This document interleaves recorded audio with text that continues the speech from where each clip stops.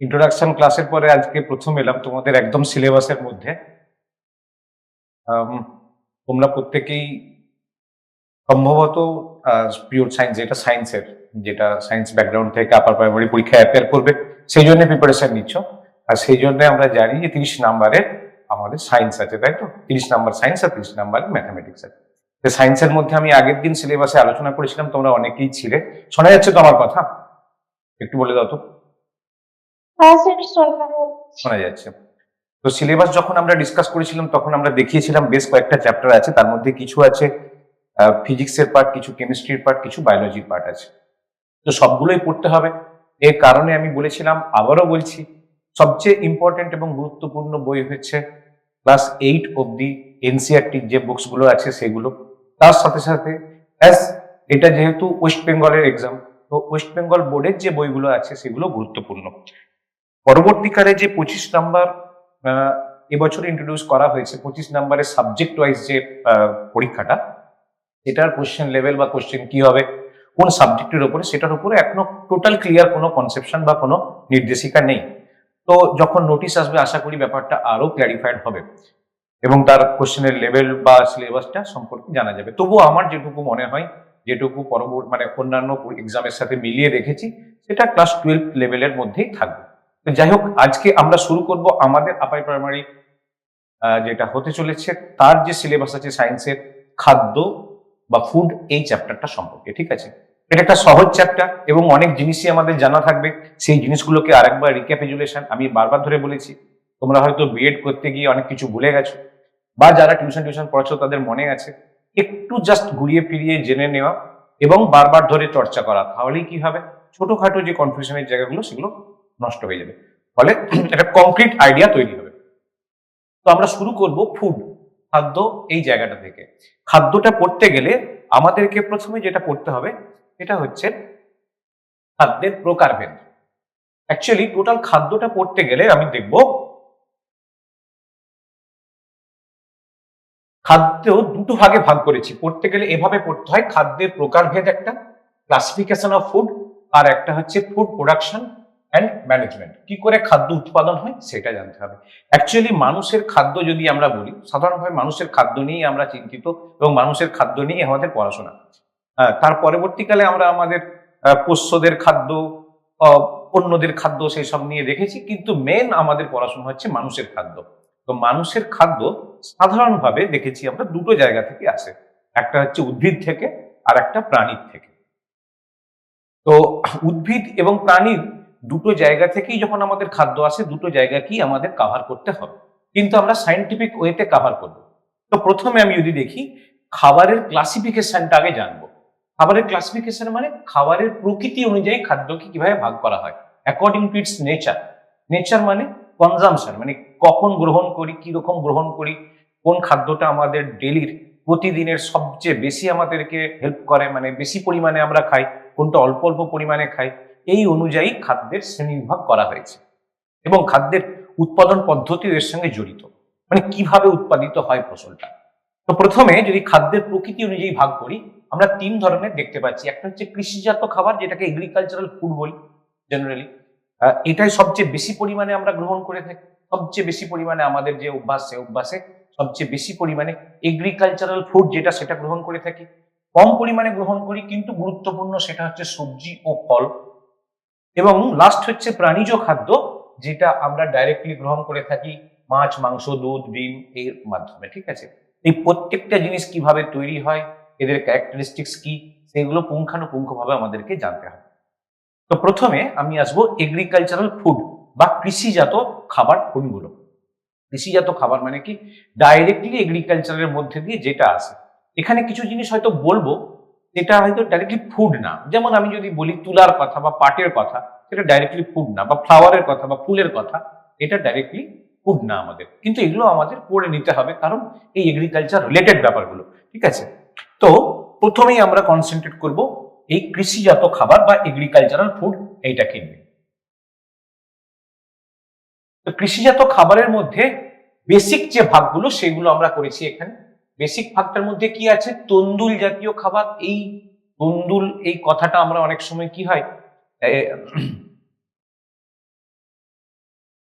এই তন্দুল এই কথাটা আমরা শুনিনি, মানে এই কথাটার সাথে আমরা খুব একটা বেশি পরিচিত না।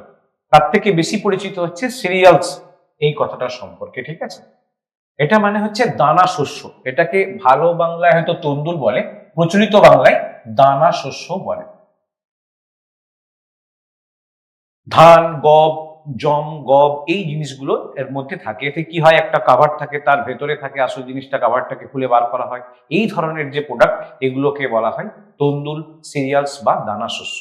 আরেক ধরনের প্রোডাক্ট আছে, সেটা হচ্ছে ফাইবার বা তন্তু জাতীয়। আমি বললাম ডাইরেক্টলি এটা হয়তো খাবার না, কিন্তু যেহেতু এগ্রিকালচারাল প্রোডাক্টের মধ্যে আছে তাই এটাকে ইনক্লুড করা হয়েছে। এটা হচ্ছে তুলা, পাট, এগুলো তন্তু জাতীয়।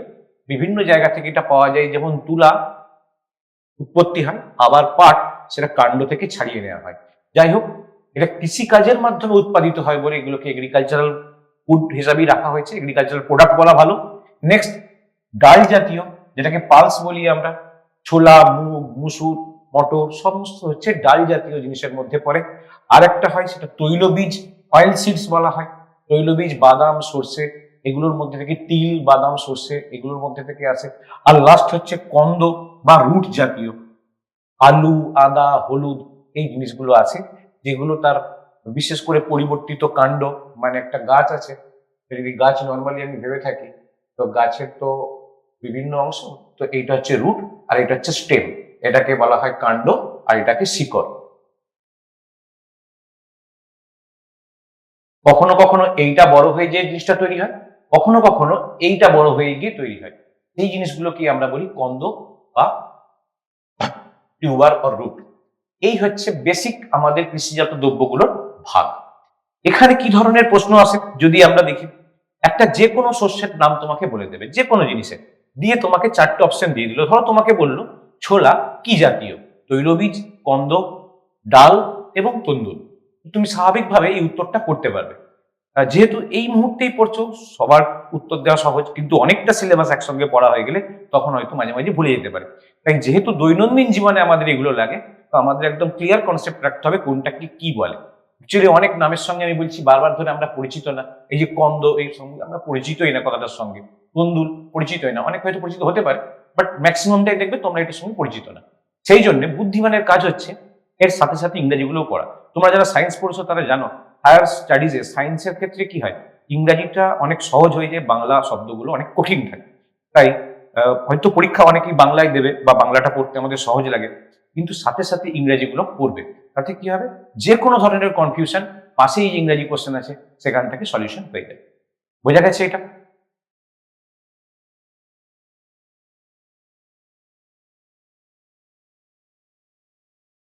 বোঝা গেছে একটু কি?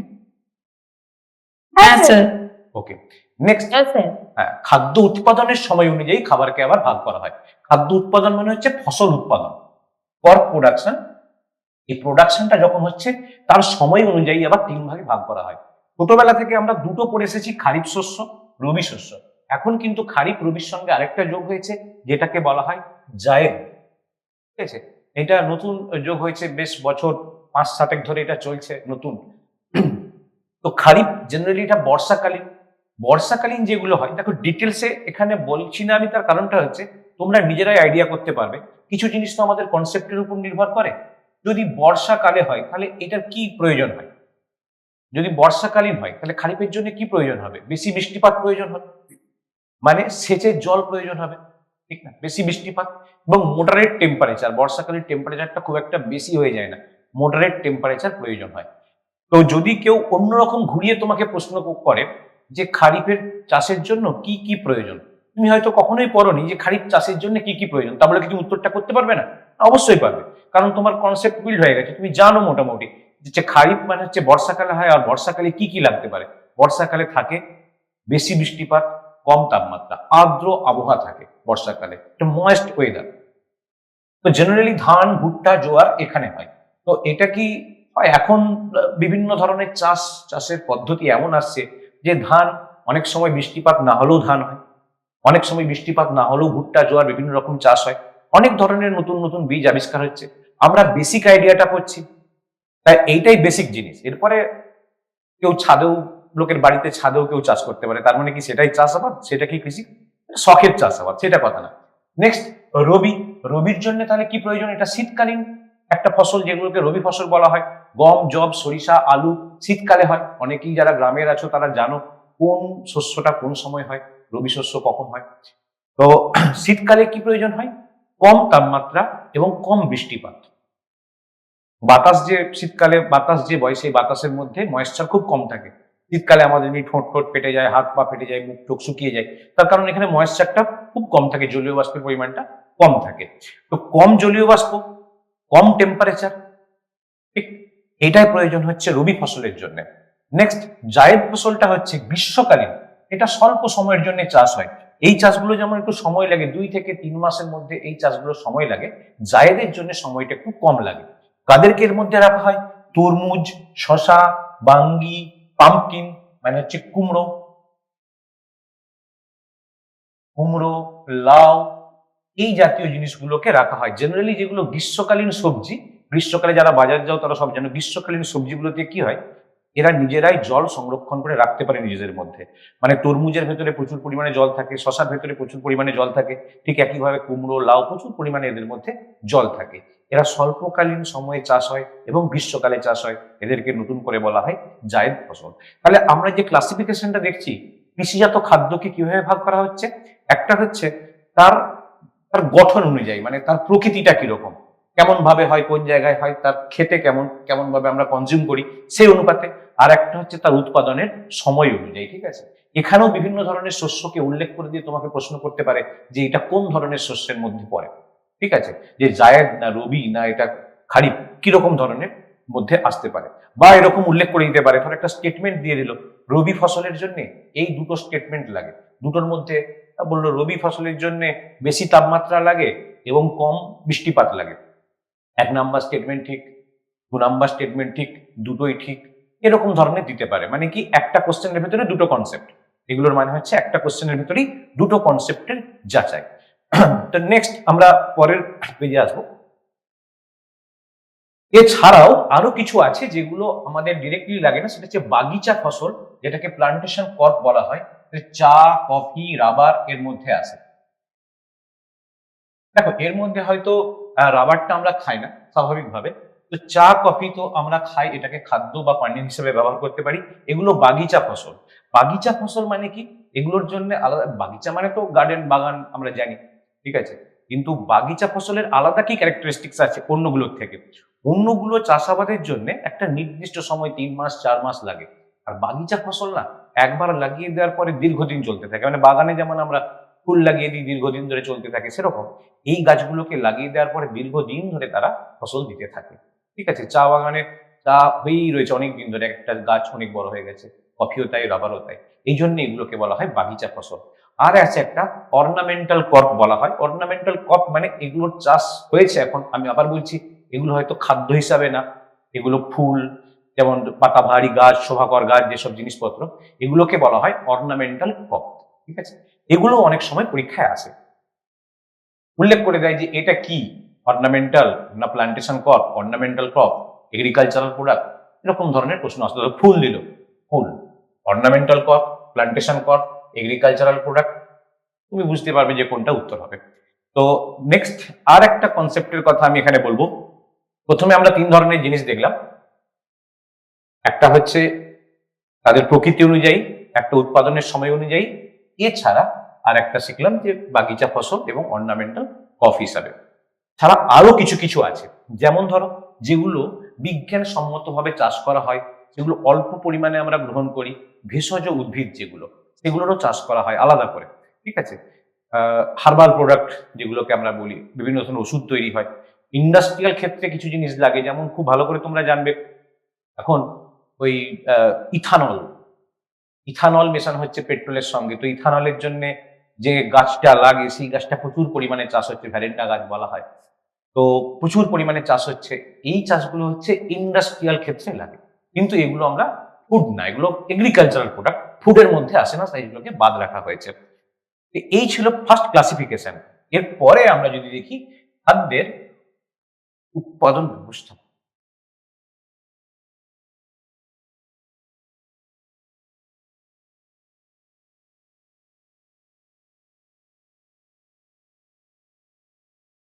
এখানে প্রশ্নগুলো দেখে নেবো, এখান থেকে কিরকম প্রশ্ন আসতে পারে। যেমন একটা প্রশ্ন আছে, দেখো, বলছে পেঁয়াজ একটি কন্দ জাতীয় ফসল, কারণ এটি মাটির তলায় হয়। এটা বক্তব্য আছে, কারণ আছে, তোমাকে ব্যাখ্যা করতে হবে। আমি বলেছিলাম যে একটা প্রশ্নের ভেতরেই দুটো কনসেপ্টকে দিয়ে একটা কোশ্চেন তৈরি করে। এখানে বলছে বক্তব্য ঠিক, কারণ ভুল, বক্তব্য ভুল, কারণ ভুল, বক্তব্য কারণ দুটোই ঠিক, বক্তব্য ভুল, কারণ ঠিক। তুমি আমাকে বলার চেষ্টা করো তো এটার মধ্যে কোনটা ঠিক আছে। পেঁয়াজ একটি কন্দ জাতীয় ফসল। দুটোই ভুল হবে, বক্তব্য কারণ। হ্যাঁ, বক্তব্য ভুল, কারণও ভুল। হ্যাঁ, অ্যাকচুয়ালি বক্তব্যটা তো প্রথমেই ভুল। পেঁয়াজ কন্দ জাতীয় ফসল না, কারণ পেঁয়াজ ওরকম মডিফাইড স্টেম বা রুট না। আর নেক্সট, এটি মাটির তলায় হয়। মাটির তলায় হয় ঠিকই, পেঁয়াজ মাটির তলায় হয় ঠিকই, কিন্তু এই বক্তব্যের সঙ্গে এর কোনো সম্পর্ক নেই। তাই এক্ষেত্রে বক্তব্যও ভুল, কারণও ভুল, এটা সঠিক উত্তর হবে। এই রিলেটেড কোনটি জায়েদ ফসল নয়? জায়েদ ফসল নয় হিসাবে দেওয়া হয়েছে শসা, তরমুজ, কুমড়ো, কলা। কলা। কলা, ডি। কলা, কলা। এটা জায়েদ ফসল না, ঠিক আছে। শসা, তরমুজ, কুমড়ো এগুলোই তো। নেক্সট, যদি খাদ্যর মানে এটা উৎপাদন করেছে, এটা উপাদান, উপাদান কম্পোনেন্ট, খাবারের যে উপাদান সে অনুসারে যদি খাদ্যের শ্রেণীবিভাগ করি, তাহলে আমরা বেসিক্যালি তিনটে জিনিস পাই। একটা হচ্ছে কার্বোহাইড্রেট, একটা প্রোটিন, আর একটা চর্বি বা ফ্যাট। এটার সঙ্গে আমরা অনেক দিন ধরে পরিচিত, একটু জাস্ট রিকল করব আর একটু আপডেটেড জিনিস পড়বো। আপডেটেড জিনিস কি, এদের ফর্মুলাগুলো আমরা মোটামুটি জানার চেষ্টা করব। প্রথম হচ্ছে কার্বোহাইড্রেট। কার্বোহাইড্রেট কথাটা কি, কার্বো আর হাইড্রেট মানে জল, কার্বন থাকবে আর জল থাকবে। দেখো স্ট্রাকচারটা লেখা হচ্ছে CnH2OM, মানে সি কার্বন আর জল H2O। এখানে একটা নাম্বার হবে, এখানে একটা নাম্বার হবে, এই নাম্বারটা ইকুয়ালও হতে পারে। ধরো ইকুয়াল নাম্বার একটা বলছি 6, এটা আমাদের কাছে খুব পরিচিত, এখান থেকেই শুরু হয়, এইটা একদম বেসিক। এটার নাম কি বলতে পারবে? C6H glucose. H12O6। হ্যাঁ, এটা হচ্ছে গ্লুকোজ। আবার এই জায়গাটা দিয়ে আমরা দেখেছি, ঠিক এই জায়গাটা দিয়ে আমরা দেখেছি যে ধরো C12H2O11, মানে হচ্ছে C12, অনেক সময় এরকম লেখা থাকে H22O11। এটার নাম বলতে পারবে? এটাও খুব পরিচিত। Sucrose sir. এটা সুগার, চিনি। সুগার, চিনি। হ্যাঁ, এটা চিনির সংকেত, খুব পরিচিত। ঠিক আছে, এখানে হিট দিলেই কি হয়, এই যে কার্বোহাইড্রেট জাতীয় জিনিসের একটা সুবিধা আছে, কি বললাম, কার্বন আর হাইড্রোজেন আছে। যদি হিট দিয়ে কোনো মতে, হিট দিলে কি কোনটা বেরিয়ে যেতে পারে বলো দেখি? তাপ দিলে কোনটা জল বেরিয়ে যাবে স্যার। হ্যাঁ? জল। জলটা জল বেরিয়ে বেরিয়ে যাবে। তো জলটা বেরিয়ে গেলে কি পড়ে থাকবে? শুধু কার্বনটা পড়ে থাকবে। যে কোনো জিনিস যেগুলো কার্বোহাইড্রেট, যেগুলো আমরা সবচেয়ে বেশি পরিমাণে খাই আমাদের খাদ্যের মধ্যে, বিশেষ করে সাবকন্টিনেন্টে মানে ইন্ডিয়ান সাবকন্টিনেন্টে আমাদের মধ্যে কার্বোহাইড্রেট খাওয়ার প্রবণতা সবচেয়ে বেশি। ঠিক আছে, আমরা ভাত, মুড়ি, রুটি, যেগুলো ওই আর কি বিভিন্ন বিস্কুট টিস্কুট জাতীয়, চাল, গম, আটা, ময়দা, এই থেকে যেগুলো আসে সেগুলো বেশি পরিমাণে খাই। তো যে কোনো জিনিসকে নিয়ে তুমি হিট আপ করো, দেখবে শুধু কালো হয়ে কার্বনটা পড়ে থাকবে। Next, protein, it's a very important. প্রোটিনটা হচ্ছে, প্রোটিনের মেন ব্যাপারটা হচ্ছে অ্যামাইনো অ্যাসিড। প্রোটিনের মেন বিষয়টা হচ্ছে অ্যামাইনো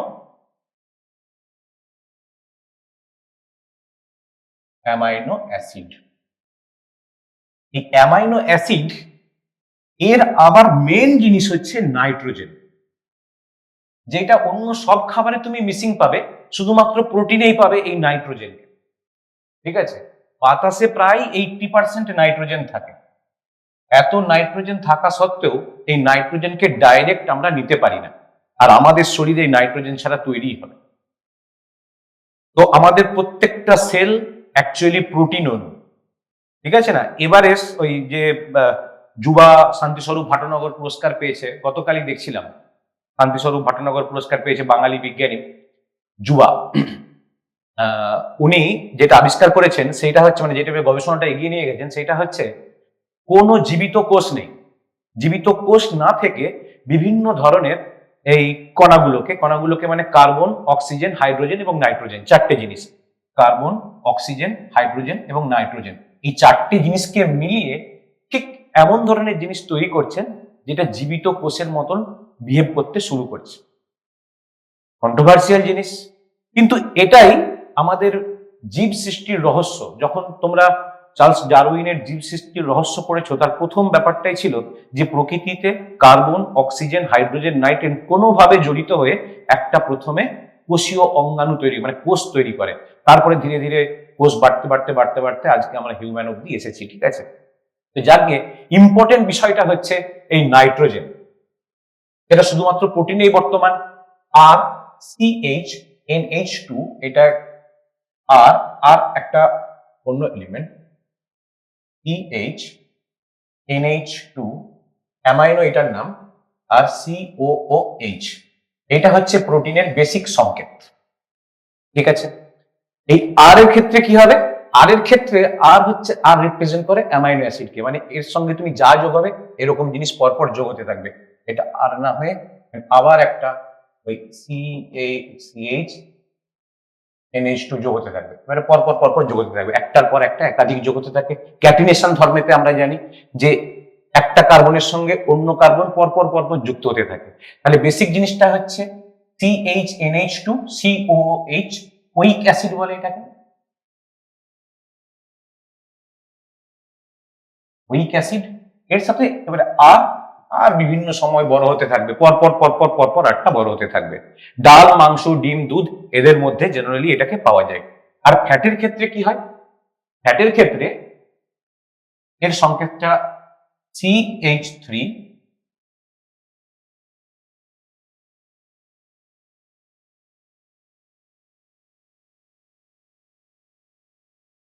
ফ্যাটের ক্ষেত্রে সংকেত CH3 CH2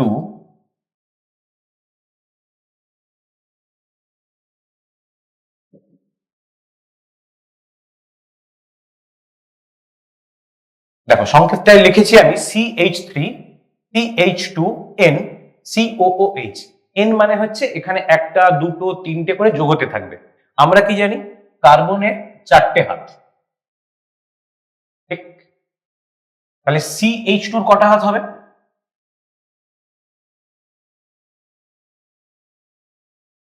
H2 পর দুটো ডাবল বন্ডে থাকবে। মানে দুটো বন্ডিং করার জন্য থাকবে, দুটো বন্ডিং করার জন্য রইল।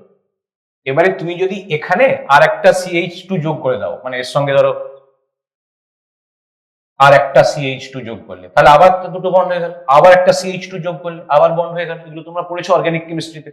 এই যে CH2N লেখা আছে, তার মানে এইটা পরপর পরপর বাড়তে থাকবে, একটা, দুটো, তিনটে, চারটে, পাঁচটা করে CH2 এই ফ্যাক্টরটা বাড়তে থাকবে। বাড়লে কি হবে? ডিফারেন্ট ডিফারেন্ট ফ্যাট বা পাবে। অ্যাকচুয়ালি এইটাকে আমরা বলি গ্লিসারল, ট্রাইগ্লিসারাইড।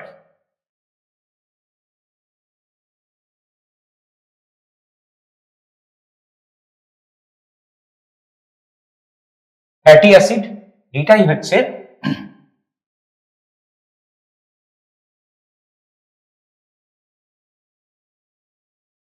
ট্রাইগ্লিসারাইড।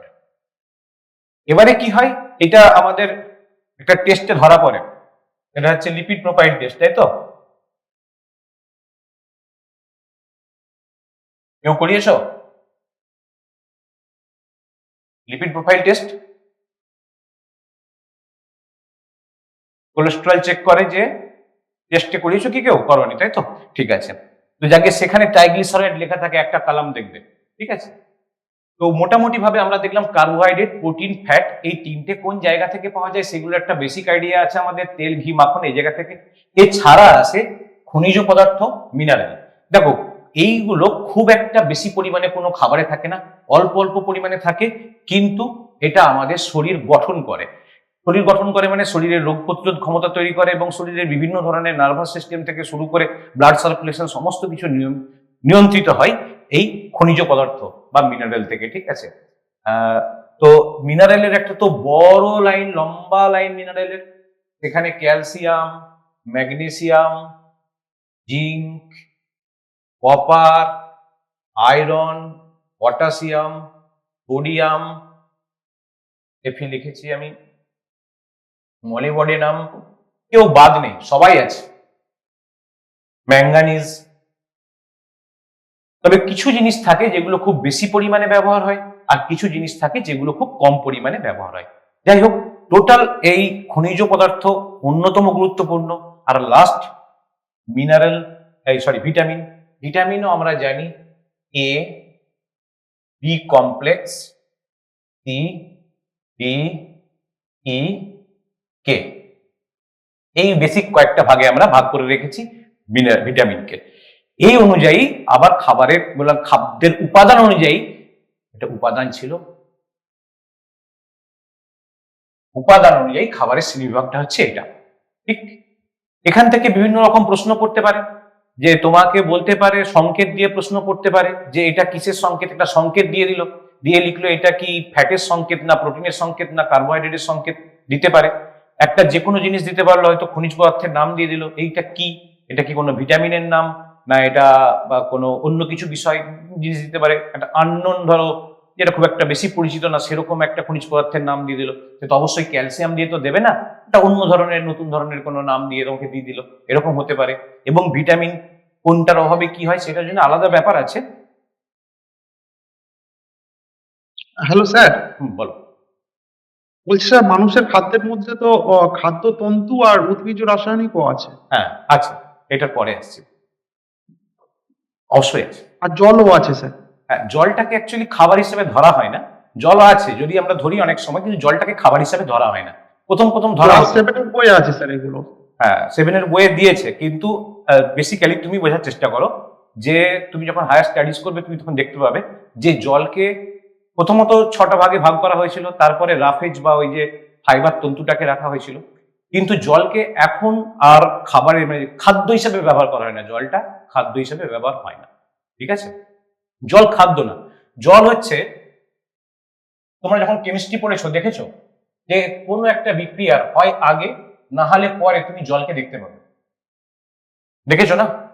কোনো বিক্রিয়ার হয় আগে না হলে পরে তুমি জলকে দেখতে পাবে, মানে ম্যাক্সিমাম কেসেই বলছি। তার কারণটা হচ্ছে জল একটা বিক্রিয়ায় সাহায্যকারী পদার্থ। আর আমরা যে খাদ্য গ্রহণ করি, সেই খাদ্য যখন আমাদের শরীরের ভেতরে যায়, যখন যা কিছু হয়, তাই জল হচ্ছে একটা সাহায্যকারী পদার্থ। জলকে এই জন্য খাদ্য হিসেবে বলা হয় না।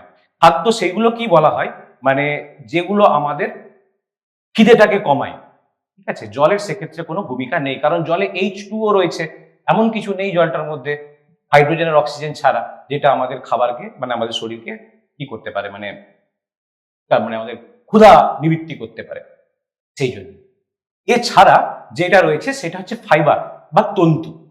ফাইবার বা তন্তু, দেখো এগুলোর প্রত্যেকটারই কি আছে, ফাইবার বা তন্তুর নিয়মটা হচ্ছে এটাও তো একটা কেমিক্যাল কম্পোজিশন, কিন্তু দেখা যায় এই ফাইবার বা তন্তু আমাদের হজমের ক্ষেত্রে কি করে, হজমের ক্ষেত্রে বা উদরপূর্তির ক্ষেত্রে বিশেষ ভূমিকা নেই, কিন্তু আমাদের শরীরের যে বর্জ্য পদার্থ তার নির্গমনে এটার গুরুত্বপূর্ণ ভূমিকা। তো উদ্ভিজ্জ তন্তু এটা গুরুত্বপূর্ণ।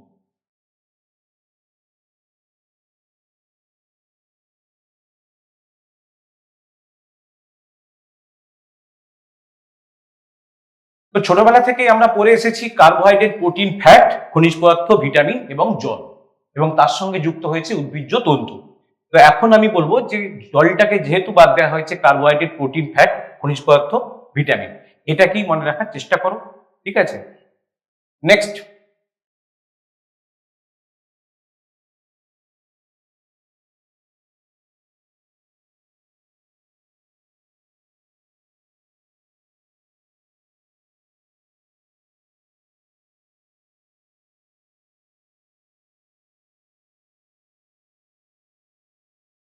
খাদ্য উৎপাদন এবং ব্যবস্থাপনা, এটা ওই ক্লাস 8 লেভেলের একটা কনসেপশন, যে খাদ্য উৎপাদন যখন হয়, এগ্রিকালচারাল প্রোডাক্ট যখন তৈরি করা হয়, তখন বিভিন্ন স্টেপে আমরা এই চাষ বা কৃষিকাজটাকে এগিয়ে নিয়ে যাই।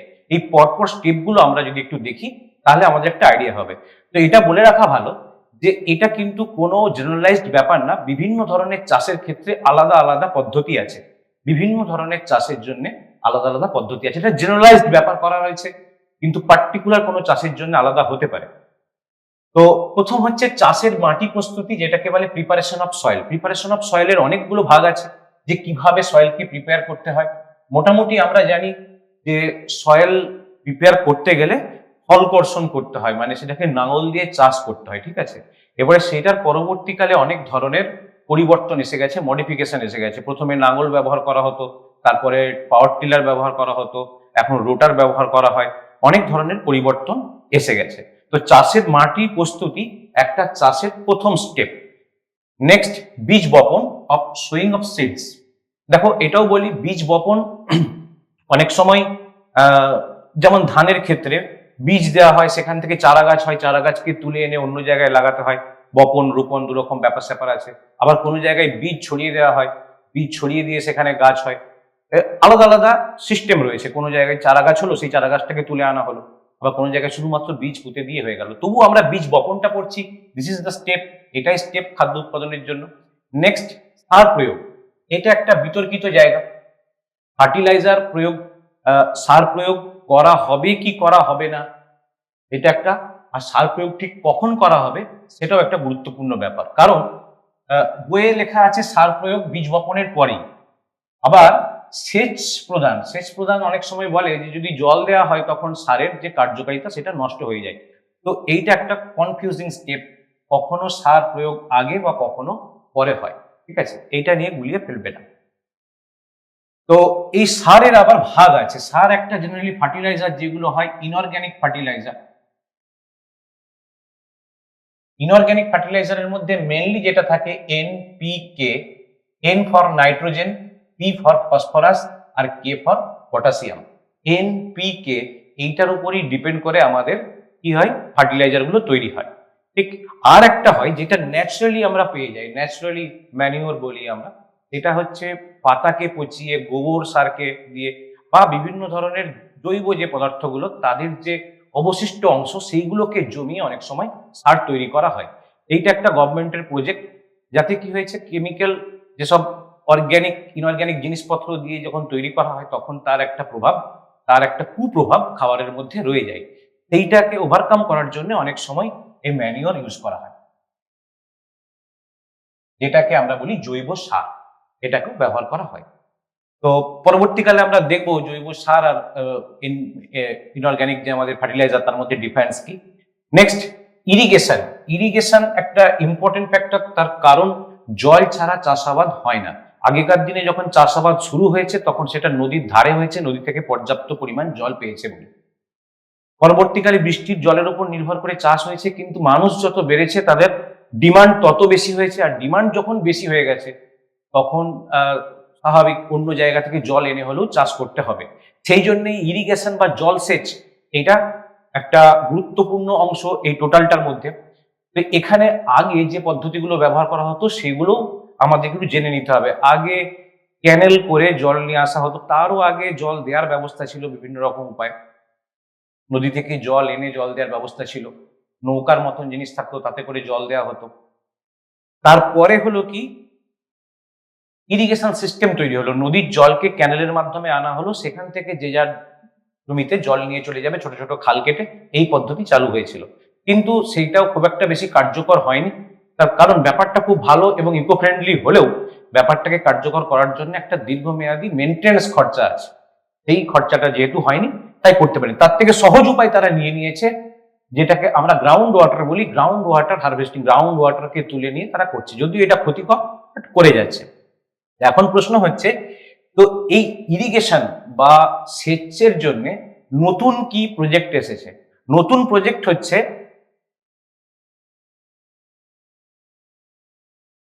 পন্ড তৈরি করা, বিভিন্ন জায়গায় জলকে ধরে রাখা, বর্ষার জলকে ধরে রাখা একটা নতুন পদ্ধতি হয়েছে। সেই জন্য গভর্নমেন্ট বিভিন্ন জায়গায় পন্ড বা পুকুর খোলার একটা প্রজেক্ট নিয়েছে, আর সেই প্রজেক্টের নাম হচ্ছে ওয়ান ড্রপ ওয়ান ক্রপ।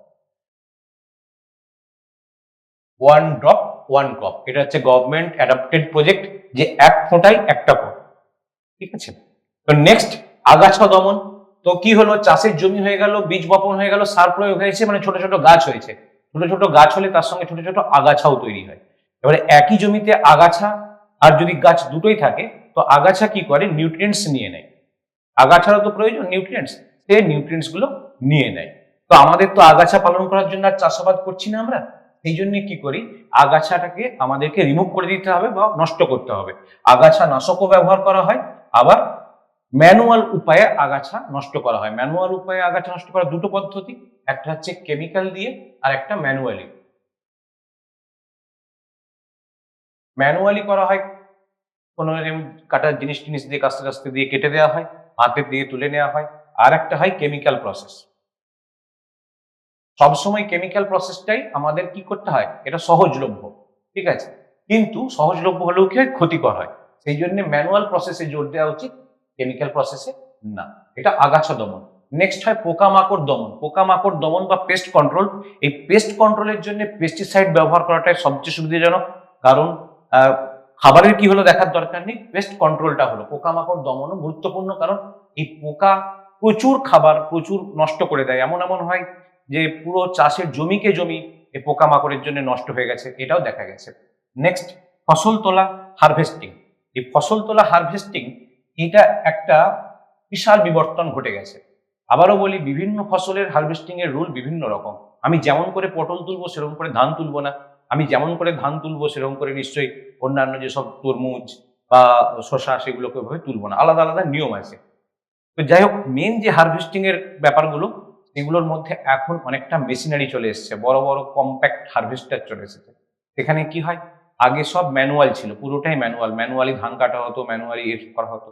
তারপরে ছোট ছোট মেশিন, এখন তো বড় মেশিন চলে এসেছে যেটাকে বলা হচ্ছে যে কম্প্যাক্ট হারভেস্টার। কম্প্যাক্ট হারভেস্টার একসঙ্গে ধান টান কেটে দিয়ে একদম ধান ঝেড়ে বার করে দেয়, ঠিক আছে। তো সেখানে লস অনেক বেশি হয়, বাকি যে জিনিসগুলো যেগুলো রয়েছে সেগুলোকে ইউজ করা যায় না। নেক্সট। তো লাস্ট হচ্ছে সংরক্ষণ, স্টোরেজ। দেখা যায় আমাদের যতটা কৃষি জমি আছে সেই জমিতে দুবার তিনবার চাষ হওয়ার ফলে যতটা পরিমাণ আমাদের প্রোডাকশন হয়, সেই প্রোডাকশনটাকে যদি আমরা জমিয়ে না রাখি তাহলে পরবর্তীকালে ব্যবহার করতে অসুবিধা হয়। যেমন ধরো আলু আমরা একবার প্রোডাকশন করি কিন্তু সারা বছর ধরে খাই। প্রোডাকশনটা শীতকাল নাগাদ হয় কিন্তু সারা বছর ধরে খাই। তো সেই আলুটাকে আমাদের কোনোভাবে জমিয়ে রাখার প্রয়োজন আছে, ঠিক আছে। এইটা সবজির ক্ষেত্রে খুব একটা প্রযোজ্য না, কারণ সবজি আমরা সিজনাল সবজি খেতে খেতে অভ্যস্ত, ঠিক আছে। একটা সময় আমরা পটল খাই, তারপরে পটল খাই না, একটা সময় আমরা ফুলকপি খাই, তারপরে ফুলকপি খাই না। যদিও সবজি স্টোরেজের ব্যবস্থা আছে, কিন্তু সবজি স্টোরেজটা হচ্ছে অনেকটা কি হয়, মানে কাস্টমার যারা উপভোক্তা, যারা কনজিউমার, তারা এটাকে খুব একটা পছন্দ করে না। সেই জন্য সবজি স্টোর, ঠিক আছে, ভেজিটেবল স্টোর অনেক কম। অন্যদিকে পটেটো বা অন্যান্য জিনিসের স্টোরেজ অনেক বেশি, যেমন ধান গম এগুলোকে স্টোর করতে শুধু জায়গা লাগে, অন্য কিছু লাগে না। তো সংরক্ষণ একটা বড় পদ্ধতি, যেখানে ঠান্ডা তৈরি করে, কৃত্রিম উপায়ে ঠান্ডা জায়গা তৈরি করে আলুকে সংরক্ষিত করা হয়, বিভিন্ন ধরনের সবজিকে সংরক্ষণ করা হয়, এইটা জরুরি। এবং কোনো কোনো জায়গায় ধান, তারপরে তোমার গম, এই জিনিসগুলোকে করার জন্য জাস্ট একটা ভালো র্যাট ফ্রি, ইঁদুর টিঁদুর থাকবে না, এরকম একটা জায়গাকে তৈরি করা হয়। এইগুলো প্রত্যেকটাই হচ্ছে খাদ্য উৎপাদনের ব্যবস্থাপনা। এখানে কি ধরনের প্রশ্ন আসে, এখানে এক বিশেষ ধরনের প্রশ্ন আসে, কি রকম হয়, যে তোমাকে 4টে স্টেপ বলে দিল, হয়তো বলে দিল চাষের মাটি প্রস্তুতি, সেচ প্রদান, আগাছা দমন, ফসল তোলা। এই 4টেকে বলে দিল, 4টেকে ডিফারেন্ট অর্ডারে দেওয়া আছে, তোমাকে অর্ডারটা সাজিয়ে বলতে হবে। হ্যাঁ, যেমন করে ইংলিশ কম্প্রিহেনশন অনেক সময় থাকে, 4টে বলে দেয়, 4টেকে তোমাকে সাজিয়ে বলতে হবে, ঠিক সেরকম কোনটার পরে কোনটা আসে সেই অর্ডারটা আমাদেরকে মেনটেন করতে হবে। এটা হচ্ছে খাদ্য উৎপাদন ব্যবস্থা সম্পর্কে আমাদের জানা। নেক্সট এখানে আমরা পড়বো জমির উর্বরতা বৃদ্ধির উপায়। জমির উর্বরতা বৃদ্ধির জন্য কি কি উপায় আছে? প্রথম উপায় হচ্ছে গ্যাপিং। গ্যাপিং মানে হচ্ছে যে বিরতি বা গ্যাপিং, সেটার মানে হচ্ছে যে একটা জমিতে যখন চাষ হবে সেই জমিটাকে কিছুদিন গ্যাপ দিয়ে তারপরে চাষটা করার, মানে কিছুদিন তাকে রেখে দেওয়া। কিছুদিন রেখে দিলে কি হবে, একটা জমি কিছুদিন ধরে পড়ে থাকলে তো এখানে বৃষ্টিপাতের সময় বিভিন্ন ধরনের মিনারেল এসে জুটে। আমরা জানি নিশ্চয়ই কিভাবে বৃষ্টিপাতের সময় মিনারেল আসে। বৃষ্টিপাতের সময় মিনারেল আসে, একটু কেউ বলতে পারবে বৃষ্টিপাতের সময় মিনারেল কিভাবে আসে? মোটামুটি একটু আইডিয়া। জলচক্রের মাধ্যমে স্যার। হ্যাঁ, জলচক্রের মাধ্যমে। জলচক্রের মাধ্যমে আসছে কি করে? জলের মধ্যে মিনারেলটা আসছে কি করে? মিনারেল মানে মেনলি ধরো নাইট্রোজেন যত বেশি হবে তত জমিটা উর্বর হবে, এটা হচ্ছে তাহলে আমাদের। স্যার বর্জ্যপাতের সময় বাতাসে নাইট্রোজেন হ্যাঁ, ঠিক। সরাসরি জলের সঙ্গে বিক্রিয়া করে আর HNO3 মানে নাইট্রিক অ্যাসিড উৎপন্ন করবে, ওটা মাটিতে এসে পড়বে। তারপর HNO3টা মাটিতে সরাসরি মিশবে, বা হচ্ছে উদ্ভিদের গোড়ায় যে রাইজোবিয়াম নামক যে না, ব্যাকটেরিয়াটা থাকে, বায়ু নাইট্রোজেনকে সরাসরি নিয়ে মাটিতে মিশিয়ে দিচ্ছে। বাহ বাহ, থ্যাংক ইউ। ঠিকই বলেছো। দেখো, খুব নাইট্রোজেন আর অক্সিজেন বাতাসের পাশাপাশি বসবাস করে। 80% নাইট্রোজেন আর 20% অক্সিজেন বাতাসে পাশাপাশি বসবাস করে, কিন্তু এরা বিক্রিয়া করে না। বিক্রিয়া কেন করে না? কারণ হচ্ছে নাইট্রোজেন ইনঅ্যাক্টিভ। মানে ইনঅ্যাক্টিভ মানে কি, অ্যাকচুয়ালি খাতায় কলমে ইনঅ্যাক্টিভ না, কিন্তু কাজে কর্মে ইনঅ্যাক্টিভ নাইট্রোজেন, তাই না? তো নাইট্রোজেনকে যদি ঝগড়া করাতে হয়, মানে বিক্রিয়া করাতে হয়, তাহলে কি প্রয়োজন হবে? নাইট্রোজেন অক্সিজেনের সঙ্গে তখনই হবে যখন তাকে চাপ দেওয়া হবে। চাপ দেওয়া মানে কি, ওই যে বজ্রপাতের সময় প্রায় 3000 ডিগ্রি সেলসিয়াস টেম্পারেচার হয়ে যাবে। এই টেম্পারেচারে গিয়ে নাইট্রোজেন অক্সিজেন বিক্রিয়া করবে, সেখান থেকে নাইট্রিক অক্সাইড, নাইট্রোজেন ডাইঅক্সাইড, সেখান থেকে HNO2 অ্যান্ড HNO3, এবং এইটা যখন মাটিতে পড়বে তখন মাটির এই যে পটাশিয়াম আছে, পটাশিয়ামের সঙ্গে বিক্রিয়া করে পটাশিয়াম নাইট্রেট, পটাশিয়াম নাইট্রাইট তৈরি করবে। এটা হচ্ছে আমাদের বেসিক একটা উপায়। তো আমি যদি গ্যাপিং দিই, তাহলে 1 বছর ধরে আমি কি করতে দিলাম, এখানে বৃষ্টি পড়বে, তারপরে এখানে বিভিন্ন ধরনের অণুজীব মরবে, মানে বিভিন্ন পোকা টোকা মরবে, ওর উপরে পড়বে। তো তার যে নাইট্রোজেন আছে, তার যে উপাদানগুলো আছে, সেগুলো জমা হতে থাকবে। ফলে gapping is one of the important factor, যেটা মাটির উর্বরতা বা ফার্টিলাইজিং পাওয়ারটাকে বাড়িয়ে দিতে পারে। ঠিক আছে, নেক্সট। তো এইটা অনেক সময় আমাদের পক্ষে কি হয়, বাস্তবিক রূপে হয় না। যে চাষি, যার কম জমি, সে কি করে গ্যাপ দিয়ে চাষ করবে? তো এটা খাতায় কলমে আছে, করলে ভালো, কিন্তু হয় না। তখন কি করতে হয়, শস্য আবর্তন করতে হয়, রোটেশনাল কাল্টিভেশন। রোটেশনাল কাল্টিভেশন ব্যাপারটা কি, অনেক সময় যেটা বলছিলে তুমি কিছুক্ষণ আগে, যে ডাল জাতীয় শস্য যদি আমরা চাষ করি, ডাল জাতীয় শস্য চাষ করলে কি হয়, এটি একমাত্র জিনিস, এই যে রাইজোবিয়াম নামে একটা ধরনের মিথজীবী ব্যাকটেরিয়া থাকে, যে কি করতে পারে, যে ডিরেক্টলি বাতাস থেকে নাইট্রোজেন সংগ্রহ করতে পারে। বাতাস থেকে নাইট্রোজেন সংগ্রহ করতে পারার মানে এলিমেন্ট না কম, কেউ পারে না জেনারেলি। কে পারে? এই রাইজোবিয়াম পারে। তো রাইজোবিয়াম কোথায় তৈরি হয়? রাইজোবিয়াম থাকে জেনারেলি, মানে তার ভালো বাসস্থান হচ্ছে পালস বা ডাল জাতীয় যে সবজিগুলো আছে, মানে শস্যগুলো আছে, তাদের শিকড়ে, তাদের রুটের কাছে এর শান্তির আস্তানা। ফলে কি হয়, আমি সমস্ত চাষ করছি, মাঝে একবার ঘুরিয়ে যদি ডালের চাষ করে দিই, বা একবার মোটরের চাষ করে দিই, সয়াবিনের চাষ করে দিই, চাষ তো চাষই হলো, সেটাও আমি ক্যাশ ক্রপ, সেটা থেকেও কিছু টাকা পেয়ে যাবো, অসুবিধা কিছু নেই।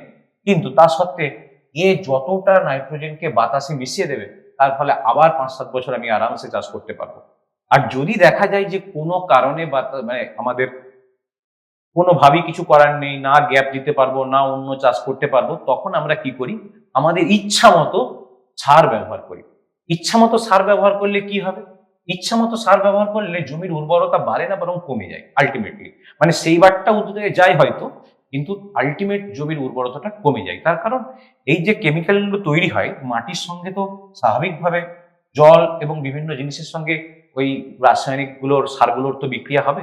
বিক্রিয়া হয়ে যে অ্যাসিডটা তৈরি করবে, সেই অ্যাসিড বা অম্ল করে কি হবে, এই যে জমিটা আছে এর অম্লত্ব বৃদ্ধি করবে। সয়েল টেস্ট করে চাষিদের দেখা যায় যে এত বেশি সার ব্যবহার করেছে, তার অম্লত্ব বেড়ে গেছে, মানে তার পিএইচ লেভেলটা নেমে চলে এসছে 4, 5, 4.5, 3 এই জায়গায় নেমে চলে এসছে। তো সেই জায়গায় এত অ্যাসিডিক হয়ে গেলে সেখানে কি আর চাষ ভালো হয়? হতে পারে না। ঠিক আছে, তো সেই কারণে অজৈব সার ব্যবহারটা খুব একটা ভালো জিনিস না, কিন্তু মানুষজন বাধ্য হয়ে করে। এখন অজৈব সার আর জৈব সারের একটু যদি পার্থক্য আমরা দেখি, তাহলে কি বলতে পারবো, অজৈব সারটা জেনারেলি ইনঅর্গানিক সাবস্টেন্স, মানে এটা কেমিক্যালি তৈরি করা হয় বাইরের থেকে, ইন্ডাস্ট্রিয়াল প্রোডাকশন। আর জৈব সারটা জেনারেলি ঘরোয়া উপায়ে তৈরি করা যায় জৈব সার। কিন্তু জৈব সার অসুবিধাটা হচ্ছে এটাই, যে ঘরোয়া উপায়ে আমি জৈব সার তৈরি করতে পারি, কিন্তু আমার ডিমান্ড প্রচুর, অনেক জমি আছে, সেই জমিতে আমি জৈব সার তৈরি করে ভাবে সাপ্লাই দেওয়া সম্ভব? বা কেউ কার নিজের জমির জন্য একটু তৈরি করলো, সেটাও এনাফ না, অনেক ধরনের জিনিস লাগে, এখন চাষাবাদ এত বেশি পরিমাণে। তো জৈব সার খুব ভালো, সবাই জানে, উপকার, সস্তা পড়ে, বেশি হয় না, তা সত্ত্বেও জৈব সারের ব্যবহার সেরকম ভাবে বাড়ানো যায়নি। ঠিক আছে, আবার অনেক সময় এই জৈব সারটার ব্যবহার করে বলে অর্গানিক প্রোডাক্ট বিক্রি হচ্ছে, শপিং মলে বিক্রি হচ্ছে অর্গানিক প্রোডাক্ট, অনেক দাম বাড়িয়ে দিচ্ছে, তার মানে লাভটা আর কি হচ্ছে? অর্গানিক, আমার তো সেটা তো কনজিউমার ফ্রেন্ডলি হচ্ছে না। সাধারণ মানুষ তো কিনতে পারবে না, অনেক যার পয়সা আছে সে কিনতে পারবে। তো নেক্সট, জলসেচের পুরোনো পদ্ধতি আগে আমরা আলোচনা করেছি, one drop one crop project, এটাও আমরা আগে আলোচনা করেছি জলসেচের সময়। ঠিক আছে, এইগুলো সবই ছিল আমাদের খাদ্য উৎপাদনের পদ্ধতি। এরপরে খাদ্য প্রক্রিয়াকরণ, এই পদ্ধতিটা আমরা একটু জানবো। খাদ্য প্রক্রিয়াকরণ food processing one of the important step, তার কারণ সব খাবার ডাইরেক্টলি আমরা খেয়ে নিতে পারি না। ধান থেকে চাল হয়ে গেল, খেয়ে নিলাম আমরা, ঠিক সেরকম ভাবে গম থেকে আটা তৈরি হলো, খেয়ে নিলাম আমরা। কিন্তু সব খাবার তো এরকম হয় না, কিছু খাবারকে আমাদেরকে প্রসেস করতে হয়, প্রসেস করে পরে খাওয়ার জন্য তুলে রাখতে হয়। তো এরও বিভিন্ন স্টেপ আছে, সেই স্টেপগুলো যদি আমরা একটার পর একটা দেখি তাহলে বুঝতে পারবো যে খাদ্য প্রক্রিয়াকরণ কি। খাদ্য প্রক্রিয়াকরণ একটা বড় শিল্প। পশ্চিমবাংলার মতন জায়গায় যারা কৃষি নির্ভর যে জায়গাগুলো, এখানে অন্যান্য যে বড় বড় শিল্প যেগুলো ধরো মানে র ইন্ডাস্ট্রি যেগুলোকে বলে, মানে লৌহ ইস্পাত শিল্প, গাড়ি কারখানা, এইগুলো কম হওয়ার সম্ভাবনা। তার থেকে বেশি সম্ভাবনা হচ্ছে খাদ্য প্রক্রিয়াকরণ এবং ফুড প্রসেসিং, এটা। তো সেখানে প্রথম হচ্ছে প্রকিউরমেন্ট অফ র মেটেরিয়ালস, কাঁচা মাল সংগ্রহ। নেক্সট পরিষ্কার এবং বাছাই, এগুলো সে আমরা ধাতুবিদ্যায় পড়েছি না, ক্লাস 9-10-এ। ধাতুবিদ্যায় কি আছে, যে ধাতু নিষ্কাশন যখন করি মিনারেল থেকে, মানে সরি ওর যখন আমরা পাচ্ছি, সেখান থেকে ধীরে ধীরে ধীরে ধীরে ধীরে ধীরে ধাতুটা পর্যন্ত পৌঁছানোর যে স্টেপগুলো, সেরকম স্টেপ কিছুটা। নেক্সট, কাটা ও ছাঁটাই, পিলিং অ্যান্ড ট্রিমিং।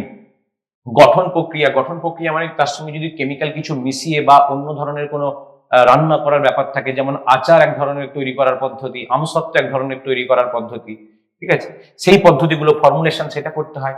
তাপ প্রয়োগ সবসময় সব জায়গায় প্রয়োজন হয় না, কিছু জিনিসের জন্য প্রয়োজন হয়। কিছু ড্রাই ফ্রুটস আছে যেগুলোকে আমরা হিট দিয়ে, তাপ দিয়ে কি করি, তার ভেতর থেকে জলটা বার করে দিয়ে রেখে দিই, তার ফলে সেগুলো কি হয়, দীর্ঘদিন শুকনো থাকে। এটা এখন নতুন একটা পদ্ধতি চলছে কিছু কিছু জিনিসের ক্ষেত্রে।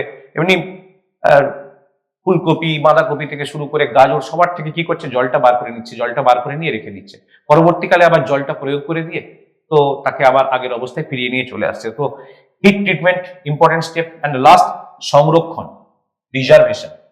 এই সংরক্ষণটা খুব গুরুত্বপূর্ণ, কারণ এই সংরক্ষণের উপরই নির্ভর করে আমাদের স্বাস্থ্য। আমরা তো অনেক সময় খাই, প্রসেস ফুড খাই, কিন্তু প্রসেস ফুড তার সংরক্ষণ করার জন্য যে ধরনের সংরক্ষী বা প্রিজারভেটিভ তার দেওয়া উচিত, যে পরিমাণে দেওয়া উচিত, সেটা অনেক সময় মেনটেন করে না। ঠিক আছে, একটু কমা টাইপের একটু বেশি দিয়ে দিল, তাতে কি হলো, সস্তা দিতে পারলো, কম্পিটিশন ভালো হলো, কিন্তু আলটিমেটলি আমাদের সেটাই লস হয়। তাই আমরা দেখে নেব কি ধরনের প্রিজারভেটিভ দেওয়া হয় এবং কি ধরনের প্রিজারভেটিভ দিয়ে কি ধরনের খাবারকে আমরা সংরক্ষিত করতে পারি। ইম্পর্টেন্ট ফ্যাক্টর, ভালো করে মাথায় রাখবে। তো খাদ্য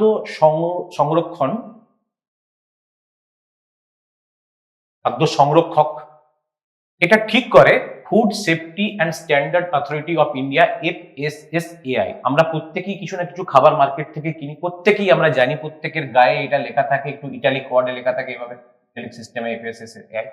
তো এটা পুরো নামটা অনেক সময় পরীক্ষায় আসে, food safety and standard authority of India. ঠিক আছে, মাথায় রাখবে, সেফটি অ্যান্ড স্ট্যান্ডার্ড গুলিয়ে যায় বাচ্চাদের অনেক সময় দেখেছি। তো এর একটা নিয়ম আছে, কতটা পরিমাণে দেওয়া যাবে এবং কি কি দেওয়া যাবে তার একটা নিয়ম আছে। তো প্রথমেই আমি বলি সোডিয়াম বেনজয়েট। সোডিয়াম বেনজয়েট এমন একটা সংরক্ষক যেটা ফলের রস, soft drinks, fruit juice, soft drinks, এইগুলোতে ব্যবহার করা হয় সোডিয়াম বেনজয়েট। ঠিক। Next, potassium sorbate. Potassium sorbate এটা ডেয়ারি প্রোডাক্ট, বেক ফুড, এগুলোতে ব্যবহার করা হয়। ডেয়ারি প্রোডাক্ট মানে কিরকম, ডেয়ারি প্রোডাক্ট খুব বেশি দিন থাকে না, তবুও কিছুদিন থাকলে সেটা দিতে হয়, যেমন পনির, পনির নাকি বলে, সেটা একটু দিতে হয়, তবে এটা 3 দিন 4 দিন ধরে এর লংজিভিটি থাকে। বেক প্রোডাক্ট তো আমরা অনেকেই জানি, যে বড় বড় বেকারি আছে সেখানে বেক প্রোডাক্ট তৈরি হয়। এমনি দেখবে আটা ময়দার জিনিস, লুচি নষ্ট হয়ে যাবে, তেল দিয়ে ভাজা লুচি নষ্ট হয়ে যাচ্ছে, কিন্তু বেক প্রোডাক্ট বেশ কিছুদিন রয়ে যাচ্ছে, মানে 30 দিন, 25-35 দিন। আবার বিস্কুটের ক্ষেত্রে দেখেছি যেগুলো বিস্কুট, সেটা তো 4 মাস না 5 মাস ধরনের থাকে, যেটা এক্সপায়ারি ডেট। তো এতদিন ধরে খাবারটাকে রাখার জন্য এদের মধ্যে যেটা আমাদের পারমিসেবল সেটা হচ্ছে সোডিয়াম সরবেট। ঠিক আছে। নেক্সট, সোডিয়াম নাইট্রেট, পটাশিয়াম সলভেট ছিল, সোডিয়াম নাইট্রেট এবং নাইট্রাইট, এইটা ব্যবহার করা হয় মাংস, মশলাদার খাবার, স্ন্যাক্স এর জন্য।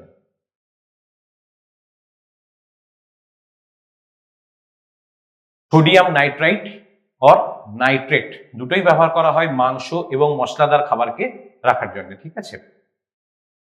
আর সোডিয়াম মেটাবাইসালফাইড, এইটা জেনারেলি শুকনো ফল ড্রাই ফ্রুটসকে সংরক্ষণ করার জন্য ব্যবহার করা হয়।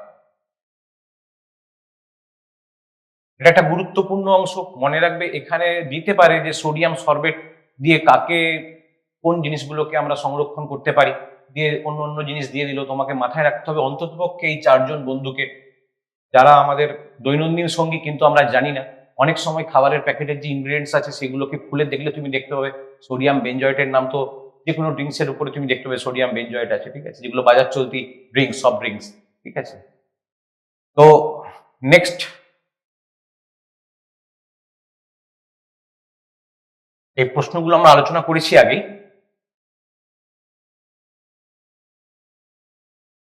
এরপরে আমরা প্রাণীজ খাবার যেটা আছে সেটাই চলে যাব। প্রাণীজ খাবারের মধ্যে প্রথমে আমি দেখতে পাচ্ছি মুরগি, মাংসের জন্য মুরগি প্রতিপালন, যেটাকে পোল্ট্রি বলে থাকি আমরা, সেটা দেখেছি, ঠিক আছে। এটা আমি একটা বইয়ের পেজ তুলেছি, সেখানে সবচেয়ে ভালো এটা দেয়া আছে। এটা হচ্ছে ওয়েস্ট বেঙ্গল বোর্ডের ক্লাস 8 এর বইয়ে এটা পাবে তুমি। ক্লাস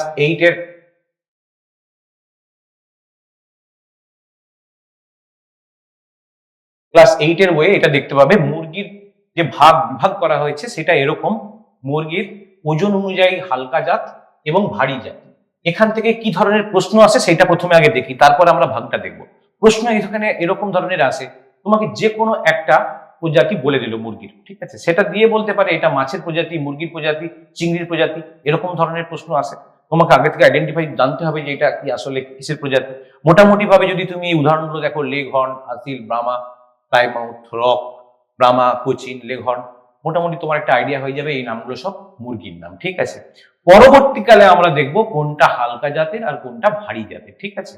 তো ভারী জাতের মুরগি স্বাভাবিকভাবে মার্কেটে, যেগুলো কমার্শিয়াল মার্কেটে ভারী জাতের মুরগির বেশি চাহিদা হবে, আর যেগুলো নন কমার্শিয়াল জায়গায়, সেখানে যেগুলো আমাদের ডোমেস্টিক, সেগুলোতে একটু হালকা জাতের মুরগির বেশি চাহিদা হবে। যেগুলো আমরা বাড়িতে খাই সেগুলো হালকা মুরগি, আর যারা কমার্শিয়ালি ব্যবহার করে, যেখান থেকে মুরগির থেকে বিভিন্ন ধরনের খাবার তৈরি করে, ঠিক আছে, সেইগুলো একটু ভারী জাতের ব্যবহার করা হয়, ঠিক আছে। আর ডিমের তা দেওয়ার প্রকৃতি অনুযায়ী মুরগিকে দুটো ভাগে ভাগ করা হয়। সেটা হচ্ছে একটা সিটার, সিটার মানে এটা মুরগি ডিমের তা দেয়া মানে হ্যাচিং, হ্যাচিং স্টাইল। যারা তা দিয়ে বাচ্চা তৈরি করে তাদেরকে জেনারেলি ডিমের তা দেওয়া মুরগি বা সিটার বলা হয়, বসে বলে সিটার। আর এ নন সিটার, বসে না বলে এদের নাম হচ্ছে নন সিটার। তো লেঘর্ন, লেঘর্ন দুটো জায়গায় আমরা এক্সাম্পল দেখলাম লেঘর্নের, একটা হচ্ছে হালকা জাত আর একটা হচ্ছে ভারী জাত, ঠিক আছে। এই হচ্ছে মুরগির ক্যারেক্টার, মানে মুরগির বিভাগটা। আরেকটা মুরগিকে ভাগ করা হয় জেনারেলি। মুরগির তো আছে, একটা ধরনের মুরগি ডিম দেয়, একটা ধরনের মুরগি মাংসের জন্য সাপ্লাই চাষ করা হয়, আরেকটা ধরনের হচ্ছে উভয় গুণসম্পন্ন। তো প্রথমে ডিম উৎপাদনকারী জাত, ডিম উৎপাদনকারী জাত কোনগুলো আছে? লেঘর্ন। তাহলে দেখো, লেঘর্নের 3টে জায়গায় আমরা এক্সাম্পল দেখলাম। প্রথম হচ্ছে, লেঘর্ন কি ডিমে তা দেয় না দেয় না? ডিমে তা দেয় না, এটা ইম্পর্টেন্ট, কারণ হ্যাঁ দেয় না, এর আগেই পড়লাম আমরা লেঘর্ন ডিমে তা দেয় না, লেঘর্ন, ঠিক আছে। তারপরে দেখছি যে লেঘর্ন হচ্ছে ডিমের জন্য এদেরকে চাষ করা হয়, ঠিক আছে। নেক্সট, মাংস উৎপাদনকারী। মাংস উৎপাদনকারী মানে কি হবে? এদের ওজন একটু বেশি হবে, ভারী হবে। আসিল, চিটগাং, চিটগাংটা বুঝতেই পারছো বাংলাদেশি একটা প্রজাতি, কোচিন, ব্রাহ্মা, এইগুলো ব্যবহার করা হয়। দেখো, এগুলোর মধ্যে ম্যাক্সিমামটাই তুমি ভারী জায়গাতে পেয়ে যাবে, ভারী মুরগির যে জাত সেই জাতে পেয়ে যাবে। দেখো, আসিল, বামা, দেখতে পাচ্ছ যেসব মুরগির 3 কিলোগ্রামের বেশি, এটাই। ঠিক একইভাবে আমরা দেখতে পাচ্ছি এরা মাংস, আসিল, ব্রাহ্মা পেয়ে যাচ্ছে। নেক্সট, আর এই ধরনের মুরগি হচ্ছে সব ধরনেরই কাজই করে, ঠিক আছে। এগুলোকে সাধারণত ডোমেস্টিক যারা এইটাকে রিয়ারিং করে, পশুপালন করে যারা, তারা ব্যবহার করে এই ধরনের। কারণ তাদের ক্ষেত্রে কি হয়, যে মুরগিটা ডিম দেবে, মাংস দেবে, তারই লাগবে, ঠিক আছে। আর যারা কমার্শিয়ালি করে তাদের জন্য এগুলো হয়, তুমি মাংসের জন্য করো বা তুমি ডিমের জন্য করো, কোনো একটা। তো এইটা বেশিরভাগ ক্ষেত্রেই আমরা দেখি ডুয়াল ব্রিড বলে এটাকে, এটা ডোমেস্টিকে ব্যবহার হয় বেশিরভাগ। আর এইগুলো সব হচ্ছে ইন্ডাস্ট্রিয়াল বা কমার্শিয়াল। এই ছিল আমাদের মুরগির। এরপরে যেটা আমরা পড়বো সেটা হচ্ছে মাছের ব্যাপারে আমাদেরকে পড়তে হবে। তো মাছের যে ক্লাসিফিকেশন আছে সেইটা, এটাও আমি বই থেকে তুলেছি, কারণ এর থেকে ভালো ক্লাসিফিকেশন অন্য কোনো জায়গায় দেখিনি। তো মাছের যে ক্লাসিফিকেশন সেটা হচ্ছে দু ধরনের, একটা হচ্ছে অন্তর্দেশীয় মাছ বা ইনল্যান্ড, ল্যান্ডের ভেতরে হয়, আর একটা হচ্ছে সামুদ্রিক মাছ। এই সামুদ্রিক মাছ সচরাচর জেনারেলি চাষ হতো না আগে, এখন সামুদ্রিক মাছও চাষ হচ্ছে, ঠিক আছে। আগে মাছ কি হতো, ইনল্যান্ড মাছই হতো, মানে চাষাবাদ মাছের যে চাষ, যেটাকে আমরা পিসি কালচার বলে থাকি, সেই পিসি কালচার সেটা কাদের হতো, ইনল্যান্ড মাছের জন্য হতো।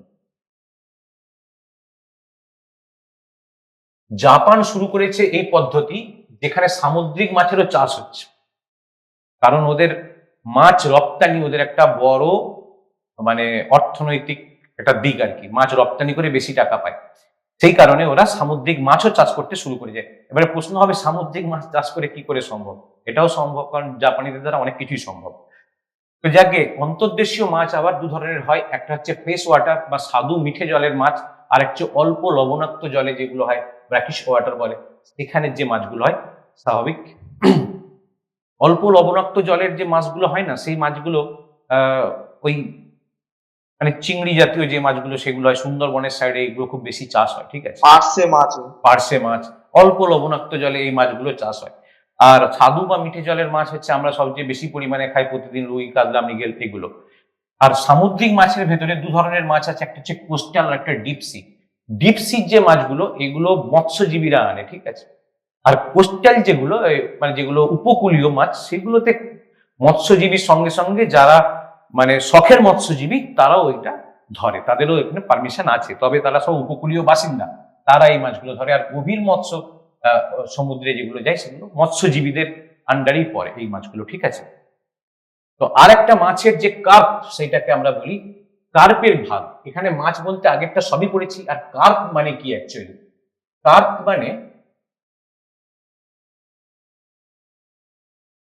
কার্প মানে হচ্ছে আঁশযুক্ত তিন কোনা মাথাযুক্ত জিনিসকে বলে কার্প।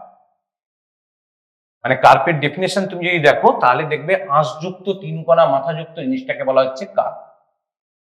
এটা যেহেতু সবচেয়ে বেশি আমাদের এই কার্পই খাই আমরা, সেই জন্য এই কার্পের ডেভেলপমেন্টটা বেশি হয়েছে। তো কি হয়েছে সেখানে, এখানে দেখা যাচ্ছে মেজর কার্প আর মাইনর কার্প, এগুলো সব দেশি ইন্ডিজেনিয়াস কার্প বলে, ঠিক আছে, দেশি কার্প আগে থেকেই ছিল আমাদের এখানে। তো এদের কতগুলো ক্যারেক্টারিস্টিক্স লেখা আছে, আকারে বড়, তাড়াতাড়ি বাড়ে, ব্যবসায়িক দিক থেকে গুরুত্বপূর্ণ, চাহিদাও বেশি। রুই, কাতলা, মৃগেল, কালবোস, জেনারেলি যেগুলো সবচেয়ে বেশি পরিমাণে আমাদের বাজারে আসে সেগুলো হচ্ছে মেজর কার্প। আর মাইনর কার্পটা হয়, কিন্তু এটা ব্যবসায়িক দিক থেকে অতটা গুরুত্বপূর্ণ না, কম বিক্রি হয় কিন্তু মানুষজন খায়, কিন্তু একটু ক্ষতির সম্ভাবনা বেশি। হচ্ছে বাটা, পুঁটি, এই মাছগুলো এগুলো ছোট সাইজের হয়, খুব বড় সাইজের হয় না, সেই জন্য এগুলোকে বলা হয় মাইনর কার্প। আর বহিরাগত কার্প, এরা বিদেশ থেকে আমদানি করা হয়েছে, ভারতীয় জলবায়ুতে বেড়ে উঠতে পারে বা ভারতের জলবায়ুতে বেড়ে ওঠার জন্য যে চেঞ্জেস গুলো হয়েছে সেইগুলো এখানে দেওয়া হয়েছে। উদাহরণ হিসাবে তুমি দেখতে পাবে সিলভার কার্প সবচেয়ে বেশি পরিচিত বোধহয় আমাদের মার্কেটে, সিলভার কার্প পাওয়া যায়, কমন কার্প, দেশো রুই, আমেরিকান রুই, এগুলো সবই কার্প, কারণ এগুলো সব সাদা মাছ। কমন কার্ডটাও বিভিন্ন জায়গায় উদাহরণ দিয়েছে, এই জিনিসটা কি কমন কার্ড? হ্যাঁ বলো। কমন কার্ড ওটা কি ধরনের মাছ? এটা বিভিন্ন জায়গায় উদাহরণ দেখি। কমন কার্প মানে আমেরিকান রুইটাকেই কমন কার্প বলা হয়।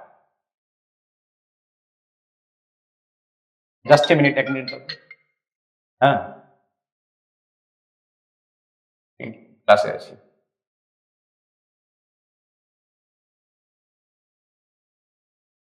ঠিক আছে, আসছি।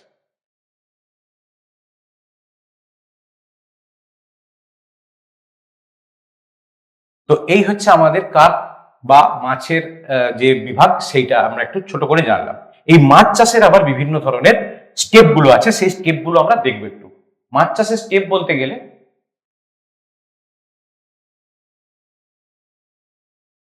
প্রথমে ডিম পোনা, তারপরে ধানি পোনা, তারপরে চারা পোনা, তারপরে পূর্ণাঙ্গ মাছ। এই চারটে স্টেপ জেনারেলি মাছের জন্য আমরা দেখেছি। প্রথমে হচ্ছে ডিম পোনা, যাকে বলে সিড, নার্সারি পন্ডে এটা হয়, এটাকে আঁতুর পুকুর বলে।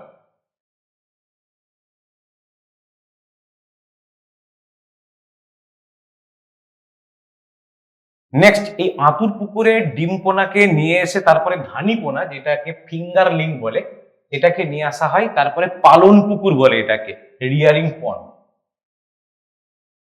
অনেকেই হয়তো আমরা বিজ্ঞান পড়েছি, যখন তোমরা বিজ্ঞান পড়েছো তখন হয়তো তোমাদের সিলেবাসে এগুলো ছিল না। আমরা অনেকেই, তোমাদের হয়তো 22, 23, 24 বছর বয়স অনেকের আছে, তোমরা হয়তো যখন বিজ্ঞান পড়েছো তোমাদের হয়তো সিলেবাসে এগুলো ছিল না। এখন কিন্তু ক্লাস 8-এর সিলেবাসে এগুলো দিয়ে দিয়েছে। 8-এর সিলেবাসে শুধুমাত্র আমাদের না, অল ওভার ইন্ডিয়াতে এটা দেয়া রয়েছে।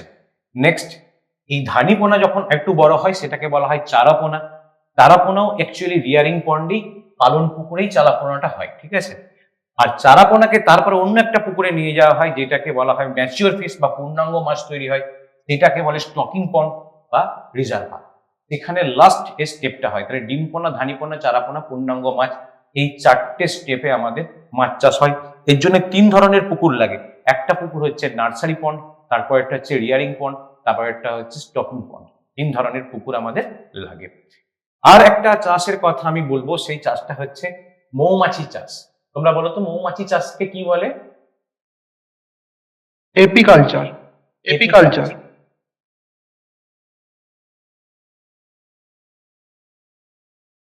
এপিকালচার বা মৌমাছি চাষ। মৌমাছি বা মধু, এটাও আমাদের গুরুত্বপূর্ণ প্রোডাক্ট এখানে লাগে, কারণ মধুর ভেতরে প্রচুর পরিমাণে মিনারেল থাকে, প্রচুর পরিমাণে মিনারেল মধুর ভেতরে থাকে। এছাড়াও 3 ধরনের vitamin, A, B complex and C, 3 ধরনের ভিটামিন থাকে মধুর মধ্যে। তো মধুর চাহিদা দীর্ঘদিন প্রতিদিন বেড়ে চলেছে, সেই জন্যে মৌমাছি চাষ একটা গুরুত্বপূর্ণ, আমাদের খাদ্যের মধ্যে পড়ে গুরুত্বপূর্ণ একটা জায়গা। তো এই মৌমাছি চাষের জন্যে জেনারেলি আগে মৌমাছি কি করা হতো, জঙ্গল থেকে মধু সংগ্রহ করা হতো, আর না হলে কারোর লোকের বাড়িতে হয়তো হতো। সেটা খুবই একটা সাধারণ পদ্ধতি, ডোমেস্টিক পদ্ধতি।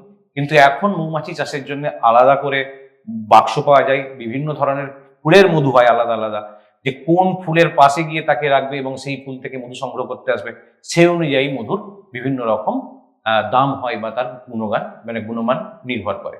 তো এটা ছিল আমাদের বেসিক একটা আইডিয়া খাদ্যের ব্যাপারে। আমি বললাম এই খাদ্যের ব্যাপারে ডিটেলসে তুমি পেয়ে যাবে আমাদের ক্লাস 8-এর বই, 7-এর বই এবং যেগুলো আমাদের এনসিইআরটির বুকস আছে সেগুলোতে পাবে। তো মোটামুটি আমি বলার চেষ্টা করলাম যে খাদ্যটা কিভাবে পড়তে হয়, কোন জায়গাগুলো পড়তে হয় সেটা বলার চেষ্টা করলাম। এবারে বলো যে কোনো সমস্যা আছে নাকি বুঝতে, বা কোনো জায়গায় কোনো কিছু নতুন কিছু অ্যাডিশন, অল্টারেশন যদি কিছু বলো, তোমরা কিছু যদি এক্সট্রা জেনে থাকো, তোমরা অনেক সময় পড়াচ্ছ, অনেক সায়েন্সের স্টুডেন্ট আছে কাউকে না কাউকে পড়াচ্ছ, তো বাকিরাও অনেক সময় সুবিধা পেয়ে যাবে, আমিও একটু হেল্প পাবো, এরকম আর কি ব্যাপার স্যাপার।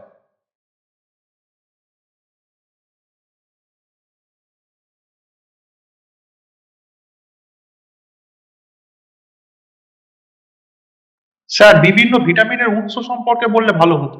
হ্যাঁ, বিভিন্ন ভিটামিনের উৎস, দেখো বিভিন্ন ভিটামিনের উৎসটা আমরা একটা আলাদা পেজ করতে হবে, ঠিক আছে। কারণ আমার আছে এ, বি কমপ্লেক্স, সি, ডি, ই, এ, এতগুলো বিভিন্ন ভিটামিনের উৎস, এবং এই ভিটামিনের যে অভাবজনিত কারণ, এইটার জন্য একটা আলাদা পেজই করব, ঠিক আছে, একটা আলাদা ক্লাসই হবে এটার জন্য, ঠিক আছে। শুধু এটা না, মিনারেলটাও আছে, মিনারেলের ডেফিসিয়েন্সি জনিত যে প্রবলেমগুলো হয়, এটার জন্য একটা আলাদা ক্লাসই লাগবে, ঠিক আছে, উৎস এবং এদের অভাবজনিত যে রোগগুলো হয় সেইগুলোর ব্যাপারে। স্যার, ধান, গম এদের বিভিন্ন যে প্রকারভেদ গুলো রয়েছে, আহ হ্যাঁ, ধান, গম, ধান, গম, ধান, গম, বলো। চা চাষ স্যার, ক্লাস 8-এ যেটা রয়েছে চা চাষ, চা চাষ। তাদের হচ্ছে হ্যাঁ, ওখান থেকে আমরা কি কি পাই, তারপর জোর কলম, শাখা কলম, ওগুলো রয়েছে। আম চাষ রয়েছে। আম চাষ রয়েছে, যে জোর কলম, শাখা কলম রয়েছে। এগুলো আমি এই সিলেবাসের মধ্যে রাখিনি এই কারণে, দেখো জোর কলম, শাখা কলম এবং আম চাষ এটা সিলেবাসের 8-এর সিলেবাসে রয়েছে, ঠিক আছে। হ্যাঁ, কিন্তু স্যার, হ্যাঁ। এটা আমাদের যে আপার প্রাইমারির যে সিলেবাস, সেই সিলেবাসের মধ্যে শুধুমাত্র ডিরেক্টলি যদি আমি আম চাষে চলে যাই তাহলে সেটা ভুল হবে, ঠিক।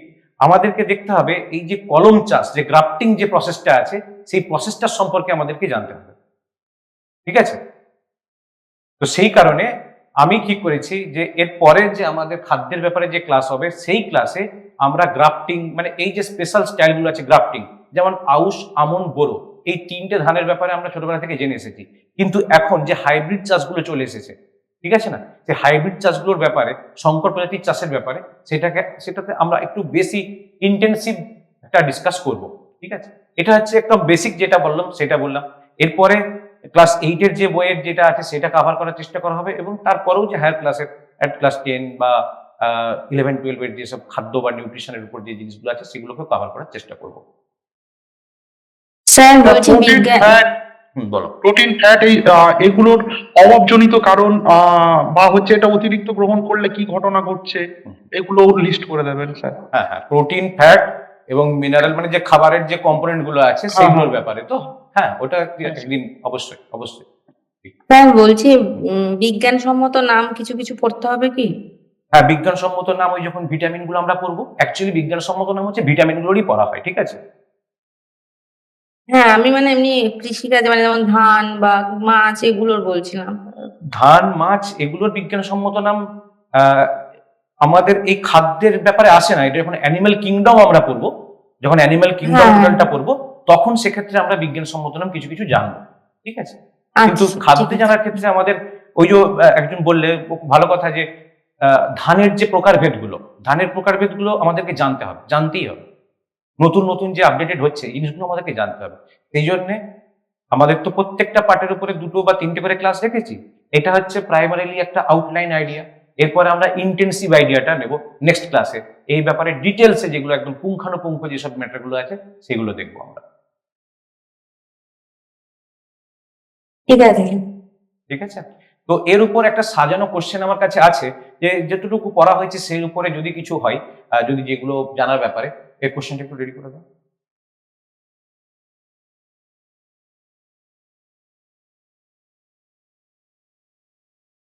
দেখ, আমি প্রথম থেকে সাজানোর চেষ্টা করেছি কিছু কোশ্চেনকে, হয়তো কিছু স্পেলিং মিস্টেক আছে, সেটা তাড়াহুড়ো করে টাইপিং এর জন্য একটু স্পেলিং মিস্টেক আছে। তো প্রথম প্রশ্ন আছে, প্রোটিনের প্রধান অংশ কি? Amino acid. প্রোটিনের প্রধান অংশ হচ্ছে amino acid. Very simple question ছিল এটা। নেক্সট পার্টে আসবো, বীজ বপন। এখানে নাম্বারিং করা আছে A B C D, দেখতে পাচ্ছ তোমরা প্রত্যেকে। বীজ বপন, ফসল তোলা, সার প্রয়োগ, আগাছা দমন, এটার সঠিক ক্রমটা কি হবে? A B C D, A C D B, A D C B? হ্যাঁ, option B, A C D B.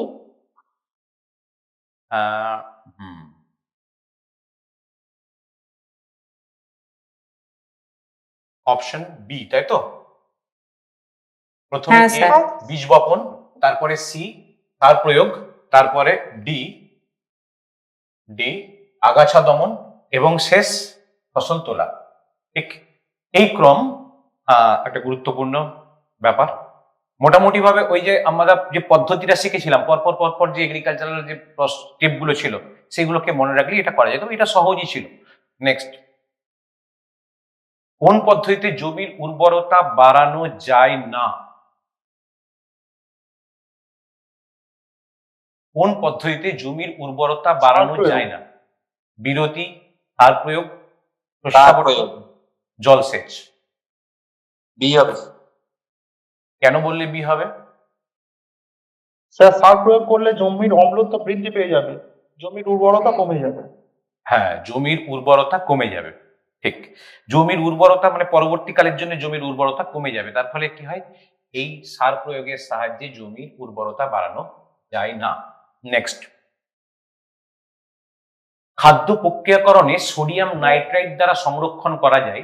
Sodium nitrite যে মাংস সংরক্ষিত স্যার, মাংস। মাংস, স্যার। সোডিয়াম নাইট্রাইট দিয়ে মাংস, স্ন্যাক্স এগুলোকে সংরক্ষণ করা হয়। নেক্সট,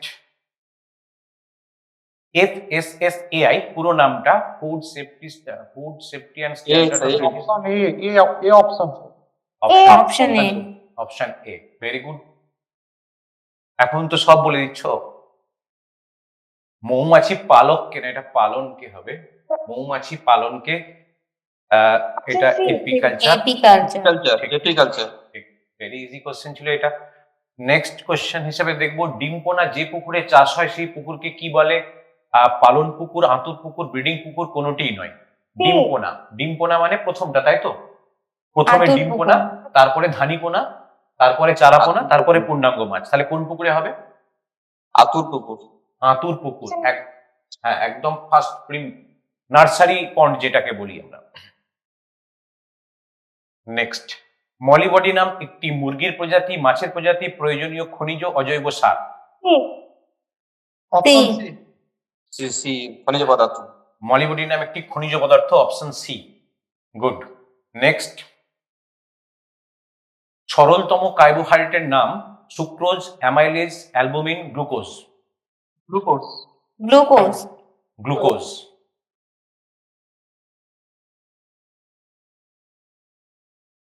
নেক্সট, কোনটি বাগিচা ফসল নয়? রবার, কফি, মুগ, চা। Option C. Option C. C, মুগ। এটি বাগিচা ফসল না, বাকিগুলো সবই বাগিচা ফসল। তো মোটামুটি আমাদের যে জেনারেল আমাদের যে কনসেপ্টটা দেওয়ার চেষ্টা করেছিলাম, ফার্স্ট আউটলাইন কনসেপ্ট, এরপরে ইন্টেনসিভে যাব আমরা। তো এই আউটলাইন কনসেপ্টে যেগুলো আমি বলেছি তার উপর কিছু প্রশ্ন দিয়েছিলাম। ম্যাক্সিমাম প্রশ্নেরই উত্তর তোমরা খুব সঠিকই দিয়েছো, বা সবাই সঠিক দিয়েছো। সহজ প্রশ্ন ছিল। তো আমরা সহজ থেকে শুরু করব, ধীরে ধীরে ধীরে ধীরে কঠিন জায়গায় গিয়ে হাজির হয়ে যাব। এটাই আমাদের সিস্টেম হওয়া উচিত। তো তোমরা বুঝতে পারছো? কোনো সমস্যা থাকলে বলো আমাকে।